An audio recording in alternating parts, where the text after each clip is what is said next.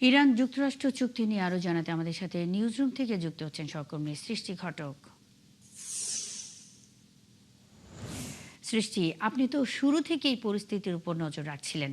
মধ্যপ্রাচ্যের সংঘাতের শুরু থেকে এই পর্যন্ত কতবার যুদ্ধবন্ধের উদ্যোগ নেওয়া হলো এই পর্যন্ত, এর এর আগে সেগুলো কার্যকর হয়নি কেন? ইরান, যুক্তরাষ্ট্র আর ইসরায়েলের মধ্যে যে যুদ্ধ চলছিল সেটি কিন্তু প্রথমবার ইরান যুদ্ধবিরতিতে সম্মত হলো যখন লেবাননে ইসরায়েল যুদ্ধবিরতি দিল এবং যুক্তরাষ্ট্রের প্রেসিডেন্ট ডোনাল্ড ট্রাম্প এই যুদ্ধবিরতি ঘোষণা দিয়েছিল। এটাই ইরানের একটা অন্যতম দাবি ছিল যুদ্ধবিরতির জন্য। তো এই দাবি পূরণ হওয়ার পরে ইরান যুদ্ধবিরতিতে সম্মত হয়েছিল, কিন্তু তারপর থেকে তারা যে শান্তি চুক্তির জন্য আলোচনা চালিয়ে যাচ্ছিল সেটি কার্যকর হয়নি। এর পিছনে বেশ কিছু কারণ আছে, এটা বাস্তব হয়নি। এর মধ্যে একটা প্রধান বিষয় ছিল যে যুদ্ধবিরতির পরেও লেবাননে কিন্তু ইসরায়েল হামলা বন্ধ করেনি। আর হামলা বন্ধ না করে তারা এরই মধ্যে যে যুদ্ধবিরতি লঙ্ঘন করে হামলা চালিয়ে তারা হাজার খানেক মানুষ মেরে ফেলেছে।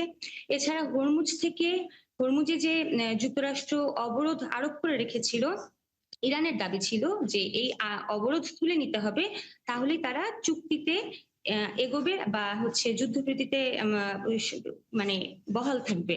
কিন্তু যুক্তরাষ্ট্রের দাবি ছিল যে চুক্তি হলেই এই অবরোধ তুলে নেওয়া হবে। তো এই বিষয়েও তারা একমত হতে পারছিল না। এর পাশাপাশি যুক্তরাষ্ট্র ইরানের পারমাণবিক কর্মসূচি পুরোপুরি বাদ দিয়ে দেওয়ার একটা দাবি করছিল এবং ইরান এতে রাজি হচ্ছিল না।